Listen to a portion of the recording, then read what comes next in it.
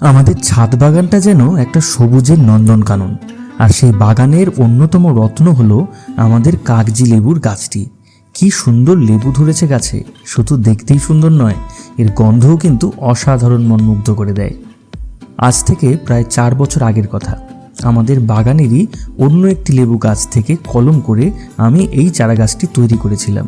এরপর বাবা পরম যত্ন করে গাছটিকে ছাদেরই টবে লাগান।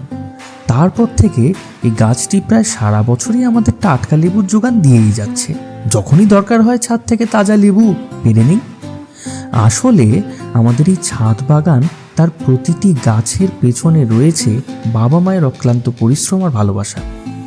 লেবু গাছের সমস্ত পরিচর্যা থেকে শুরু করে পুরো ছাদ বাগানটা সাজিয়ে রাখার সমস্ত কৃতিত্বই কিন্তু তাদের সবুজ হাতের ছোঁয়ায় আমাদের ছাদ বাগান সব সময় প্রাণবন্ত থাকে। এই লেবু গাছটিও যেন তাদের যত্নেরই এক উজ্জ্বল দৃষ্টান্ত। আপনার ছাদ বাগানেও কি এমন কোনো বিশেষ গাছ আছে যার পেছনে কোনো গল্প লুকিয়ে আছে? আমাদের জানাতে কিন্তু ভুলবেন না।